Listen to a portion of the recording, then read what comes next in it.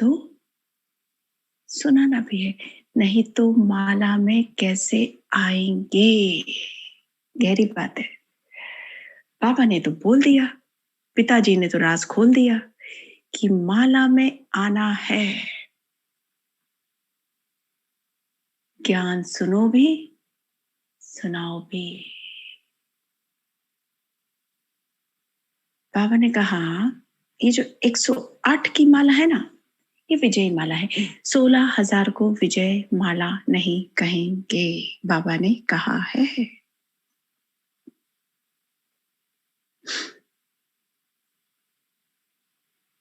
बाबा ने कहा देखो, सुनना सुनाना तो मेजॉरिटी बच्चे करते हैं, लेकिन सुना और बना उसे कहेंगे तीव्र पुरुषार्थी। तीव्र पुरुषार्थी की नई परिभाषा।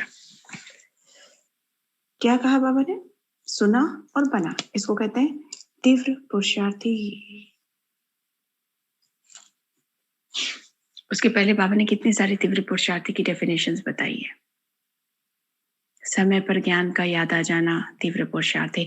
एक बार की हुई गलती को दोबारा रिपीट ना होना तीव्र पुरुषार्थी। फॉलो फादर जो करे वही तीव्र पुरुषार्थी है। आज बाबा ने क्या कहा, उसके अलावा भी और बाबा ने बहुत सारी डेफिनेशन बताई तीव्र पुरुषार्थी की। आज बाबा ने एक नई डेफिनेशन बताई, ज्ञान सुना और बना वही तीव्र पुरुषार्थी है। बाबा ने कहा तीव्र पुरुषार्थी 108 है। क्या बाबा, कमाल। बाबा कह रहे हैं तीव्र पुरुषार्थी 108 है, पुरुषार्थी 16,108 है। देखो, अपने को चेक करो, तीव्र पुरुषार्थी है या पुरुषार्थी है।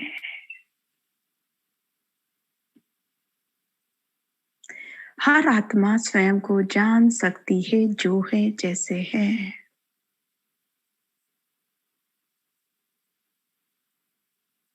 बहुत थोड़े से ऐसे हैं जो खुद को नहीं जानते, रॉन्ग को भी राइट समझ के चलते रहते हैं, बाबा कह रहे हैं।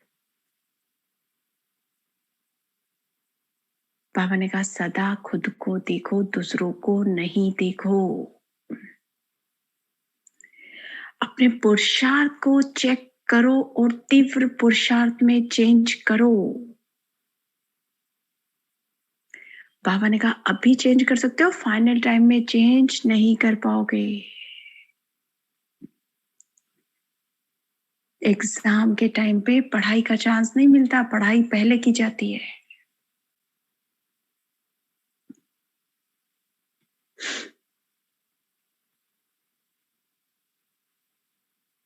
बाबा ने कहा है अभी भी मार्जिन है। बाबा ने कहा बहुत से, कुछ एक विद्यार्थी है, कुछ एक स्टूडेंट है 6 मास में भी पास विद ऑनर बन जाते हैं, यदि सही पुरुषार्थ करते हैं तो। यानी अगर 6 महीने भी प्रॉपर पुरुषार्थ किया जाए, भगवान जी ने तो कह दिया है पास विद ऑनर बन सकते हैं। कितना पुरुषार्थ लगेगा सोचो भला। बाबा ने कहा लेकिन अगर टाइम खत्म हो गया ना तो कुछ नहीं कर सकते, बाबा भी चाहे तो कुछ नहीं कर सकता।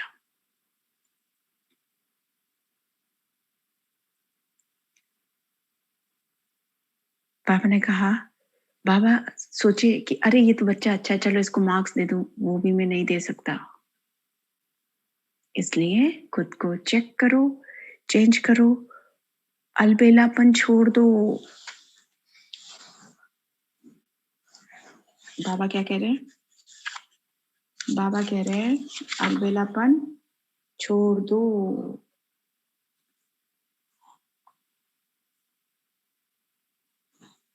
कर तो रहे हैं, ठीक से चल रहे हैं, पहुंच जाएंगे, ये अलबेलापन है। बाबा ने कहा जो अलबेला होता है ना उसको कोई फिक्र नहीं होती है, वो तो आराम को ही सब कुछ समझता है। ऐसा अलबेलापन नहीं रखना, हमेशा अलर्ट, सावधान, खबरदार रहना। अलबेलापन मत रखो, अटेंशन रखो, बाबा कह रहे हैं।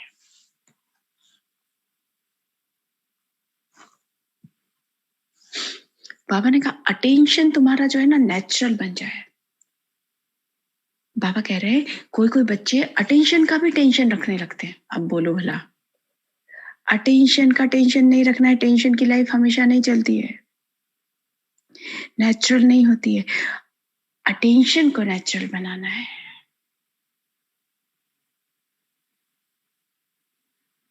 बाबा ने कहा देखो जैसे तुम्हारी विस्मृति की आदत थी, नहीं चाहते थे तो भी हो जाता था, तो विस्मृति की जगह स्मृति स्वरूप की आदत नेचुरल हो जाए, अटेंशन की आदत नेचुरल हो जाए। फिर बाबा ने कहा तीव्र पुरुषार्थी अर्थात विजयी।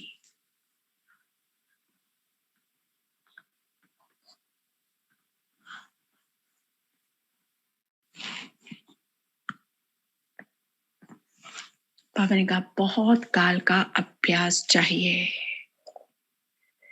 हमेशा अलर्ट माना, एवर रेडी।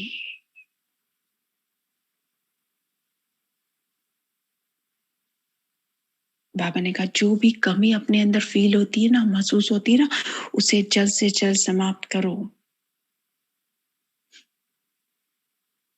संपन्न बनना अर्थात कमजोरी को सदा के लिए समाप्त करना।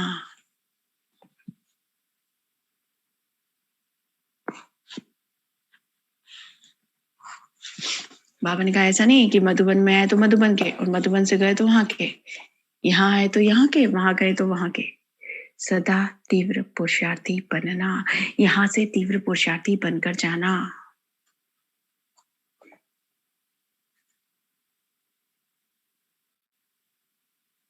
तीव्र पुरुषार्थी की डेफिनेशन सुना और बना।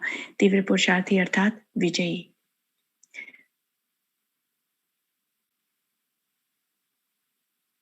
चेक करना है, पुरुषार्थ में चेंज करना है, कमियों को खत्म करना है, अलबेला नहीं बनना है, अटेंशन को नेचुरल आदत बनानी है, अटेंशन का टेंशन नहीं लेना है। फिर बाबा ने दूसरे ग्रुप से मुलाकात की और बाबा ने कहा सदा सेफ रहने का स्थान है दिलाराम बाप का दिल तख्त। सदा सेफ रहने का स्थान है दिलाराम बाबा का दिल तख्त। बाबा ने कहा सदा खुद को बाप के दिल में रहने वाले अनुभव करते हो। अनुभव करना है मैं आत्मा भगवान के दिल में रहती हूँ। क्या सुरूर वाली बात है, क्या नशे की बात है।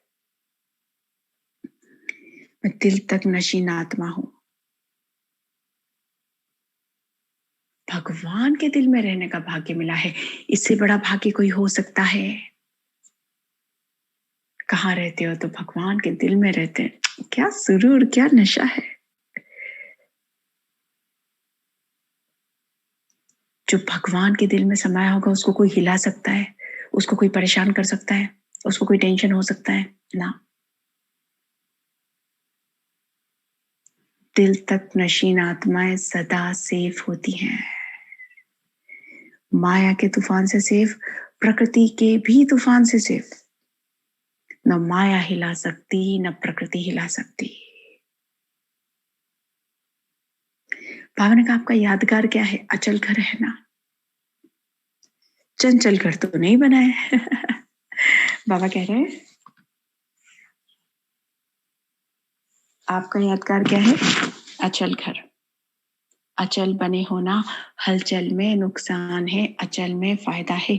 कोई चीज हिलती रहती है तो क्या होता है? लगातार हिलती है, हिलती है, हिलती है तो क्या होता है? टूट जाती है।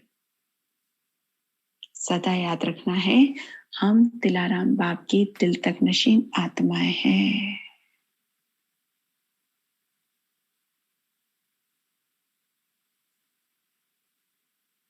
बाबा ने कहा ये स्मृति ही तुम्हारा तिलक है, और तिलक है तो तख्त भी है, और तख्त कौन सा है? बाबा का दिल तख्त।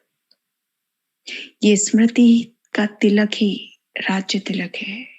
तो बाबा ने कहा ये तिलक लगा हुआ रहता है या कभी कभी मिट जाता है, या कभी आधा रह जाता है? बाबा ने कहा ये अविनाशी तिलक है, स्थूल तिलक नहीं है जो मिट जाए। तो हमेशा ये स्मृति रखनी है। स्मृति रखते हैं तो नशा होता है। स्मृति है तो नशा है, स्मृति नहीं तो नशा भी नहीं। चेक करना है। स्मृति का तिलक सदा लगा हुआ है, मैं आत्मा सदा स्मृति स्वरूप हूं, चेक करना है।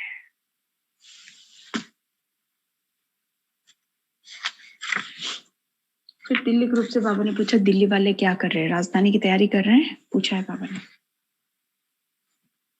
राजधानी के लिए कितनी तैयारी चाहिए? प्रकृति भी तैयार चाहिए, राज्य करने वाले भी तैयार चाहिए। क्या आधी दिल्ली को तैयार किया है, पूछ रहे हैं बाबा। बाबा ने कहा दिल्ली की पॉपुलेशन उस वक्त 85 लाख थी। तो बाबा ने कहा दिल्ली की पॉपुलेशन कितनी है? 85 लाख। ब्राह्मण कितने तैयार हुए? तो उस वक्त हुए थे 5000।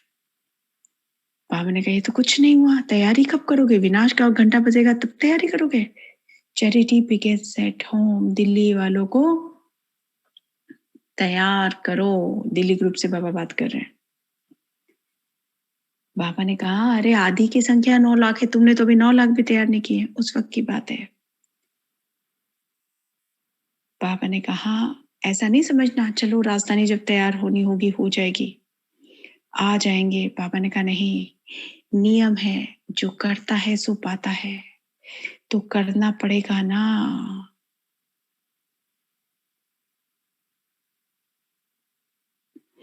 बाबा ने कहा हर एक आत्मा को 10 बनाने हैं।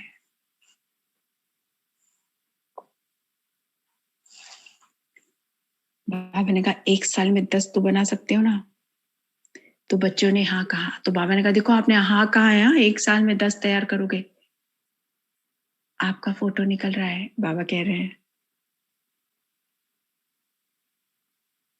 फिर बाबा ने कहा गति को तेज करो।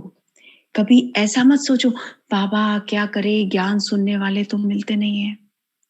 बाबा ने कहा सुनने वाले बहुत है, थोड़ा पुरुषार्थ करो, अपनी स्थिति को रूहानी आकर्षणमय बनाओ।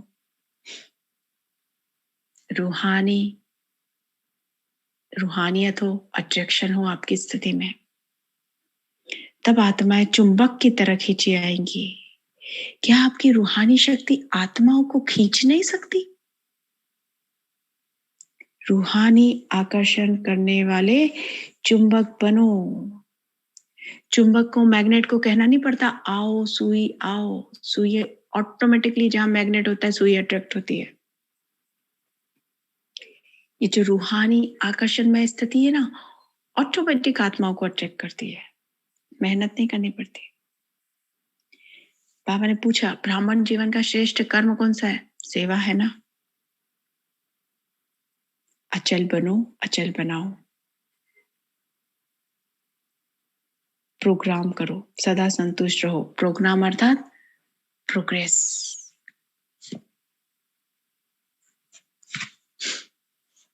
तो बाबा ने यहां पर क्या बताया है? दिल तक नशीन, अचल रहना है। स्मृति कि मैं दिल तक नशीन आत्मा हूं, ये स्मृति रखनी है। जो करेगा सो पाएगा। स्थिति को रूहानी आकर्षण में बनाना है तो आत्माएं खींची आएंगी। प्रोग्राम अर्थात प्रोग्रेस। अचल बनना है और अचल बनाना है।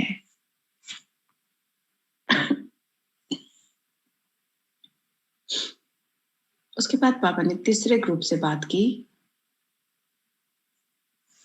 और बाबा ने कहा सहज योग का आधार है एक की याद। सहज योग का आधार है एक की याद। बाबा ने कहा पुरुषार्थ की सबसे सहज विधि क्या है? एक को याद करना। बाबा ने कहा देखो अनेकों को याद करना मुश्किल होता है, एक को याद करना बहुत सहज होता है। सहज योग का मीनिंग ही है एक की याद, एक को याद करना, एक बाप दूसरा न कोई। बाबा ने कहा ऐसा है कि तुम्हारा केवल बाबा ही है, बाबा के अलावा कोई दूसरा तो नहीं है? क्या बाबा के साथ कोई और भी है? पूछ रहे बाबा।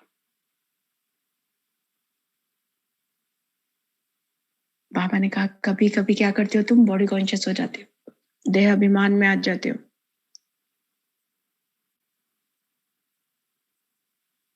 जब मेरा शरीर है तो ये शरीर तुमको याद आता है, जब मेरा है ही नहीं तो याद आएगा ही नहीं।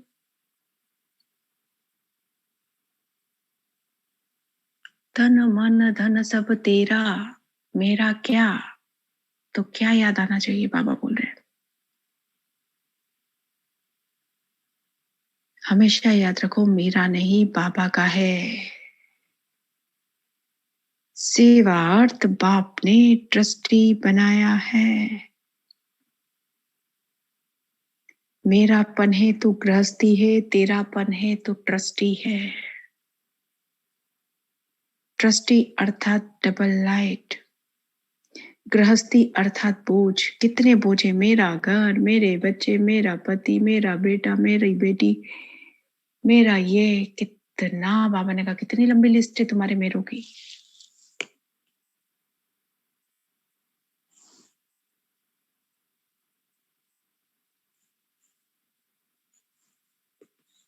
ट्रस्टी बन गए यानी बोझ खत्म। बाबा ने कहा एक को याद करो, एक में सब कुछ अनुभव करो। संसार इसलिए कहते हो ना बाबा संसार है, संसार में सब कुछ होता है, मेहनत का काम नहीं है।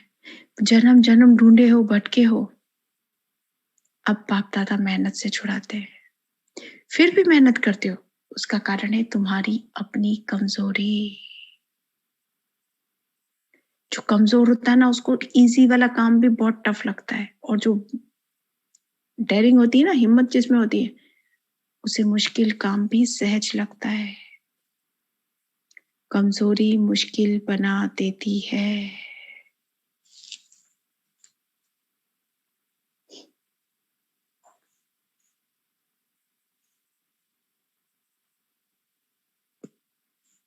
पापा ने कहा है सहज,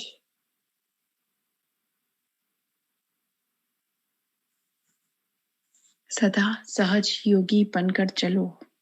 सहज योगी यानी सदा खुश रहने वाले, सहज योगी अर्थात ब्राह्मण जीवन। बाबा ने कहा, बाबा ने पूछा है पक्के ब्राह्मण हो ना? पक्के ब्राह्मण क्या करते हैं? सदा खुश रहते हैं। सबसे भाग्यवान आत्माएं हो। आपके जैसा संस्थान में कोई खुश होगा? हमेशा खुशी रखनी है। मैं सबसे भाग्यवान आत्मा हूं दुनिया की। गीत गाना है वाह वाह के, वाह मेरा श्रेष्ठ भाग्य, वाह मेरा भाग्य विधाता, वाह मेरे बाप दादा, वाह रे मैं श्रेष्ठ ब्राह्मण आत्मा, वाह मेरा भाग्य। ये गीत गाते रहना है। बाबा ने कहा गीत गाना तो सबको आता है, ये तो मन का गीत है।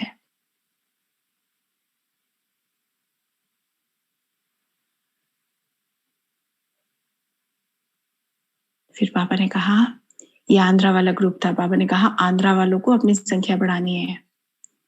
हम जिन्स को जगाओगे तो दुआएं मिलेंगी।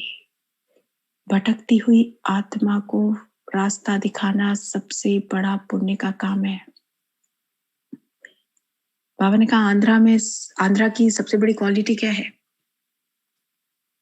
आंध्रा में एजुकेटेड पर्सन्स, एजुकेटेड लोग बहुत ज्यादा होते हैं। बाबा ने कहा आंध्रा में ऐसे निमित्त बनाओ जो अनेकों को जगाए। एजुकेटेड लोग निकालो जो सेवा में आगे बढ़े। फिर बाबा ने फोर्थ ग्रुप से बात की और कहा, बाबा ने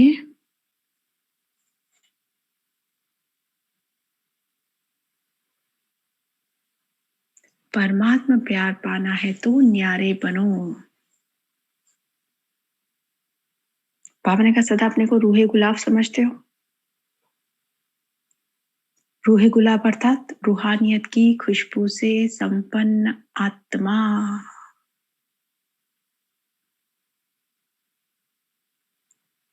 जो रूह गुलाब होता है वो सदा खुशबू देता है, खुशबू फैलाता है। और जितना ज्यादा खुशबूदार फूल होता है उसके पास कांटे भी उतने ही होते हैं, लेकिन कांटों के प्रभाव में नहीं आता।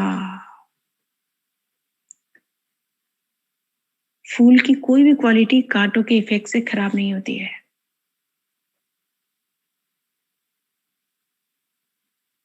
बाबा ने कहा आजू बाजू कांटे रहते हैं, लेकिन गुलाब का पुष्प कांटों से न्यारा होता है, प्यारा होता है, सबको प्यारा लगता है। अगर वो खुद ही कांटों के प्रभाव में आ जाएगा, उसी में कांटे कांटे हो जाएंगे, तो कोई भी उस पुष्प को हाथ नहीं लगाएगा। तो रूहानी गुलाब की विशेषता है किसी भी प्रकार के कांटे हो, छोटे बड़े, कुछ भी सिचुएशन हो, कोई भी सरकमस्टेंसेस हो, सदा न्यारा और बाबा का प्यारा। बाबा ने कहा और न्यारे प्यारे कब रहेंगे? जब किसी के प्रभाव से फ्री हो, प्रभाव मुक्त हो। बाबा ने कहा अगर किसी के प्रभाव में आ गए तो न बाप के प्यारे बनोगे, न ब्राह्मण परिवार के प्यारे बनोगे। सच्चा प्यार प्राप्त करना है तो न्यारे बनो, हद की बातों से न्यारे बनो, अपनी देह से भी न्यारे बनो। जो देह से न्यारा बन सकता है वही सबसे न्यारा बन सकता है। कई आत्माएं सोचती बाबा हमको परिवार का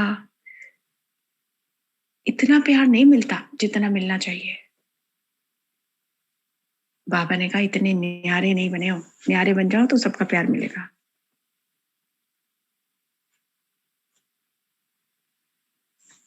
परमात्मा प्यार को प्राप्त करने की एक ही विधि है, न्यारा बनना। विधि नहीं आएगी तो सिद्धि नहीं मिलेगी, कह दिया बाबा ने।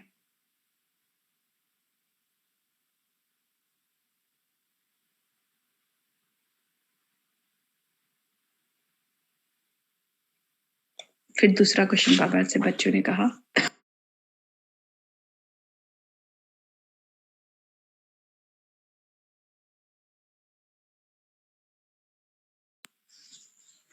दूसरा प्रश्न बाबा से बच्चों ने कहा बाबा हम आपसे मिलना चाहते हैं, अनुभव नहीं होता। रूह रिहान करते हैं बाबा आपसे, लेकिन आपसे तो कोई रिस्पॉन्ड ही नहीं मिलता, हमको जवाब ही नहीं मिलता है। बाबा ने कहा सबसे पहले तो न्यारे बनो तो मेरा प्यार तुमको मिलेगा। अगर मेरा प्यार प्राप्त करने का फाउंडेशन तुम्हारा पक्का है तो मंजिल तो प्राप्त होगी ही होगी, क्योंकि बाबा की गारंटी है। गारंटी है कि एक बात आप करो बाकी सब मैं करूं। तो कौन सी बात करनी है? हमें केवल एक बात करनी है, बाकी सब कुछ बाबा कर देंगे। तो हमें क्या करना है? दिल से बाबा को याद करना है, मतलब से नहीं। बाबा ने अंडरलाइन किया इस चीज को। दिल से प्यार से बाबा को याद करो, मतलब से याद मत करो। अरे तुमको कोई विघ्न आता है तो 4-4 घंटे योग लगाते हो, विघ्न खत्म हुआ तो याद भी तुम्हारी खत्म हो जाती है। तो इसे मतलब की याद कहेंगे ना। इच्छा पूरी करने के लिए याद नहीं करना, अच्छा बनकर याद करना है। कितनी गहरी बात है। कोई इच्छा है, कोई काम है, कुछ भी है, उसके लिए याद कर रहे हो। बाबा ने कहा नहीं, ये काम हो जाए याद करूं, ऐसा नहीं।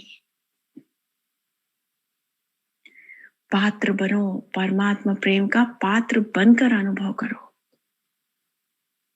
रूहानी गुलाब अर्थात परमात्मा प्यार की पात्र आत्माएं। अरे भगवान का प्यार और आत्माओं का प्यार डिफरेंस है ना। भगवान के प्यार के आगे आत्माओं का प्यार क्या है? कुछ भी नहीं।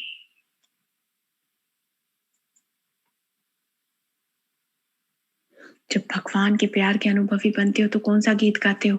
पाना था सो पा लिया, अब पाने को कुछ भी नहीं रहा, ये गीत गाते हो ना। तो ऐसी प्राप्ति के अधिकारी बनो। जो पात्र होता है उसे प्राप्ति जरूर होती है। अगर प्राप्ति नहीं हुई, कम होती है, तो तुम्हारी ही पात्रता कम है, तुम्हारे में ही कमी है, उसको दूर करो। अगर तुम में योग्यता है तो तुम्हें सब कुछ मिलेगा। सदा बाबा मेरा है तो प्राप्ति सदा होगी। सदा हद के प्रभाव से न्यारे रहो, किसी के प्रभाव में मत आओ। बेहद की प्राप्ति के मगन में, बेहद की प्राप्ति में मगन रहो। सदा चेक करना है, क्या मुझ में रूहानियत है? क्या मैं आत्मा न्यारी हूं? क्या मैं आत्मा परमात्मा के प्रेम को प्रॉपर सही प्राप्त कर रही हूँ? परमात्मा प्रेम का अनुभव है? क्या मुझे सारी प्राप्तियां हो रही है? हद की प्राप्ति गवाना, बेहद की प्राप्ति अर्थात जमा होना, हद की प्राप्ति अर्थात गवाना। चेक करना है। भगवान का प्यार मुझे फील होता है।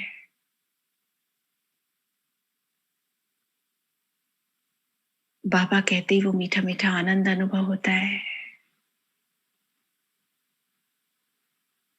याद मीठी लगती है, ऐसा लगता है याद में बैठूं तो उठूं ही ना।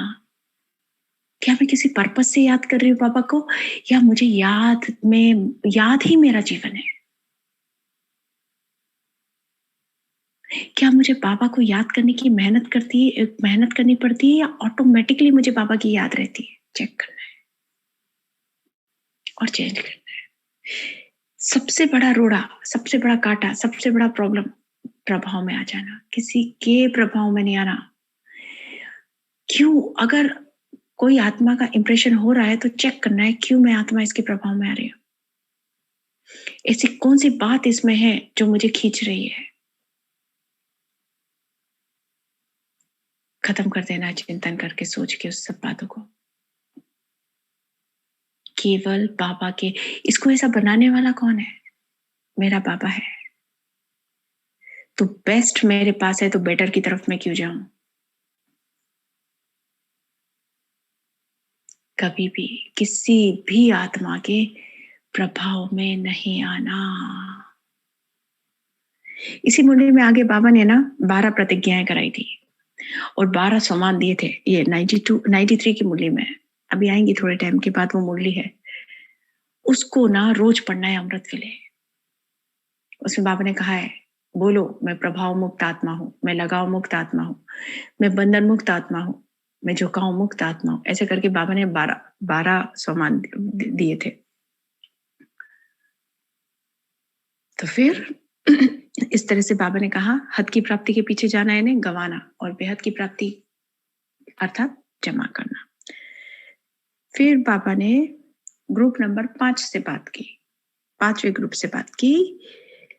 स्वराज्य का तिलक ही भविष्य के राज तिलक का आधार है। बाबा ने कहा, खुद को विजयी रत्न अनुभव करते हो, अर्थात करना है।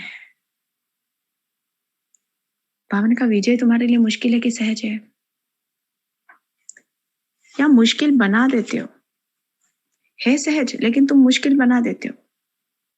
जब माया तुमको कमजोर करती है ना, तो तुमको हर बात मुश्किल लगती है, और जब बाबा का साथ होता है ना, तो तुमको सब कुछ सहज लगता है।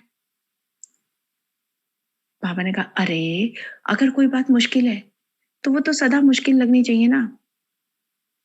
कभी सहज लगती है, कभी मुश्किल लगती है, ऐसा क्यों होता है? बाबा ने कहा, विजय आपका जन्मसिद्ध अधिकार है। विजय का नशा जब तुम्हारी स्मृति में रहता है ना, तो तुमको सब कुछ इजी लगता है, और जब ये नशा तुम्हारा कम हो जाता है ना, तो तुमको चीजें टफ लगने लगती है। बाबा ने कहा, कल्प कल्प विजय बने हो, फिर से विजय बनना मुश्किल है क्या? अमृत वेले विजय का तिलक स्मृति में लगाओ, बाबा से तिलक लो सूक्ष्म तन में। विजयी भाव, सफलता स्वरूप भव, मायाजीत भव, निर्विघ्न भव का रोज सुबह बाबा से अमृत वेले सूक्ष्म तन में तिलक लेना है।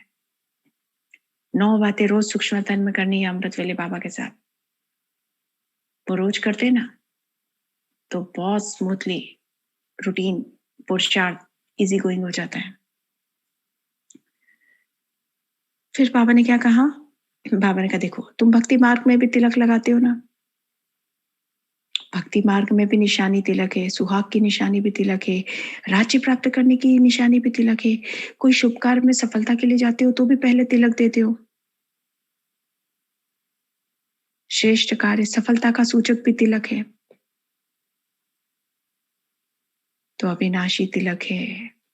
बाबा ने कहा अविनाशी बाबा मिला, अविनाशी बाबा द्वारा तिलक भी अविनाशी मिल गया, स्वराज्य का तिलक। पापा ने कहा तुमको स्वराज्य मिला है कि मिलना है? कभी कभी गवा देते हो। सदैव नशे से कहो, क्या कहो? मैं कल्प कल्प की अधिकारी आत्मा हूं। स्वराज्य अधिकारी हो अभी, भविष्य में विश्व राज्य अधिकारी बनोगे, द्वापर कलयुग में पूजनीय के अधिकारी बनोगे, पूज्य अधिकारी बनोगे। बाबा ने कहा आप सबकी पूजा होगी, अपने मंदिर देखें? बाबा ने कहा डबल विदेशियों का मंदिर है? पूछा है बाबा ने, दिल वाला मंदिर में बैठे हो? क्योंकि जो ब्राह्मण बनते हैं वो देवता बनेंगे और देवताओं की पूजा होगी। जो पक्के ब्राह्मण बनेंगे उनकी पक्की पूजन होगा, जो कच्चे ब्राह्मण होंगे उनका शायद पूजन होगा। भगवान सब क्लियर कर देते हैं।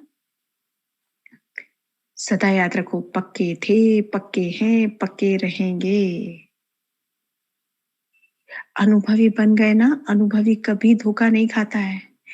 देखने वाला सुनने वाला धोखा खा सकता है, लेकिन जिसको एक्सपीरियंस हो गया है वो कभी धोखा नहीं खाता।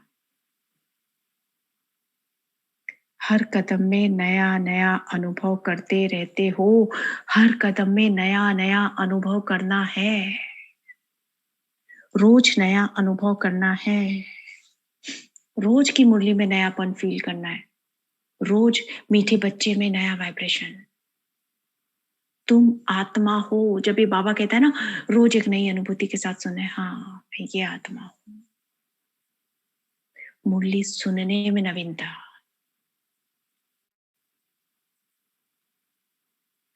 रोज नयापन मुरली से फील करना है, होता है।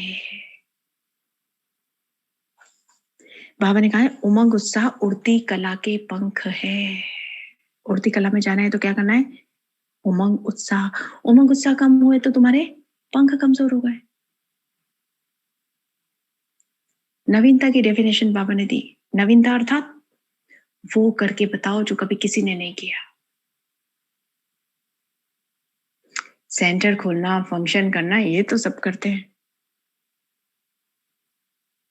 बाबा को भटकती हुई आत्माओं को देख के रहम आता है तो बच्चों को भी आना चाहिए। ऐसा साधन निकालो जो अनेक आत्माओं को एक साथ संदेश मिल जाए।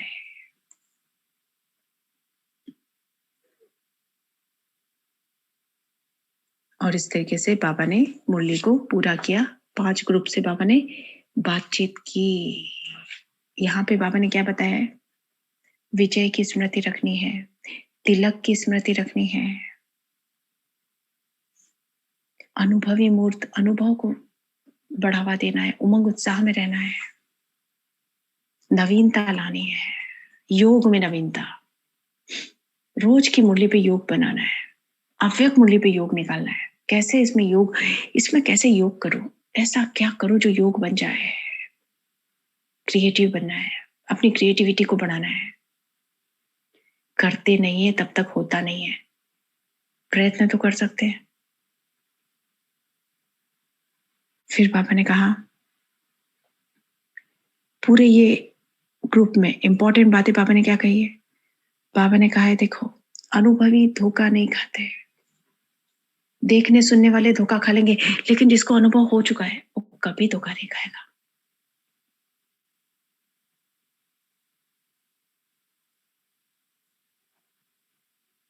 फिर पापा ने कहा है तो अनुभवी बनना है, अनुभव करना है। नवीनता, नवीनता यानी जो किसी ने करके नहीं दिखाया वो आपको करके दिखाना है। मुरली को ऐसे पढ़ना है जैसे कोई पढ़ता, सब अपने अपने तरीके से पढ़ते हैं, मुझे कुछ अलग तरीके से मुरली को पढ़ना है। तरीके खोजने हैं मुरली को पढ़ने के, मुरली को याद करने के तरीके से खोजने हैं। वरदान को अलग तरीके से याद रखना है, जैसा है जैसा का वैसा तो याद रखना है, लेकिन याद मतलब किसी चीज की लर्निंग के अलग अलग अलग अलग तरीके खोजने हैं। मेरे लिए सबसे इजीएस्ट वे ऑफ लर्निंग क्या है? अपने लिए खुद ही अपना तरीका ईजाद करना है।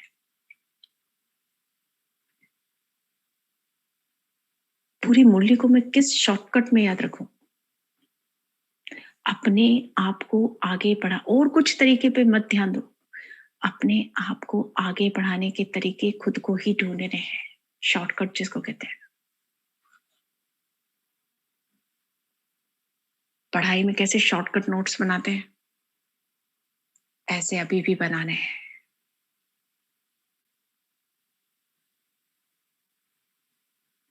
मुरली का क्रीम, मुझे हर मुरली का क्रीम याद रहना, वो तरीका मुझे फाइंड आउट करना है।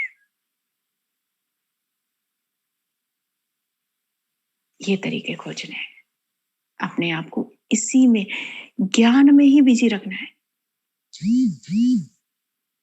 एक मुरली में बाबा ने कहा, यथार्थ ज्ञान ही यथार्थ योग है। ज्ञान की यात्रा ही तुम्हारी याद की यात्रा है। ऐसी ऐसी चीजों को ना याद रखना है।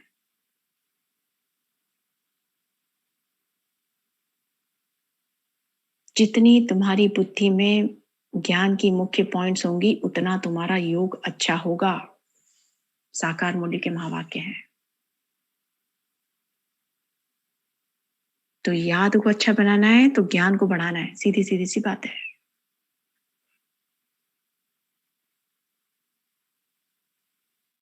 ज्ञान योग में नवीनता तब आएगी जब ज्ञान में फ्रेशनेस हो, फ्रेश पॉइंट्स हो। तो अपना समय मुरली ही बनाती है। एक चीज याद रखनी है, मुरली में जादू है। उस जादू को, क्या जादू है, उस जादू को खींच के निकालना है कि आज जो बाबा ने मुरली चलाई है, इसमें क्या जादू है, ऐसा क्या है जो मेरे पुरुषार्थ को नवीनता देगा। इस मुरली में ऐसा क्या है, निकालना है। कौन सी शक्ति दे रहा है इस मुरली से बाबा, कौन सा गुण दे रहा है, क्या नवीनता है इस मुरली में, ढूंढना है। एक ही तरह से विचार सागर मंथन बहुत हो गया कि विनाश के लिए ये कहा, सतयुग के लिए ये कहा, ब्राह्मण के लिए ये कहा, ये नई बात बोली, ये राज खोला, ये सब बहुत हो गया अभी। अब इसमें नवीनता करनी है।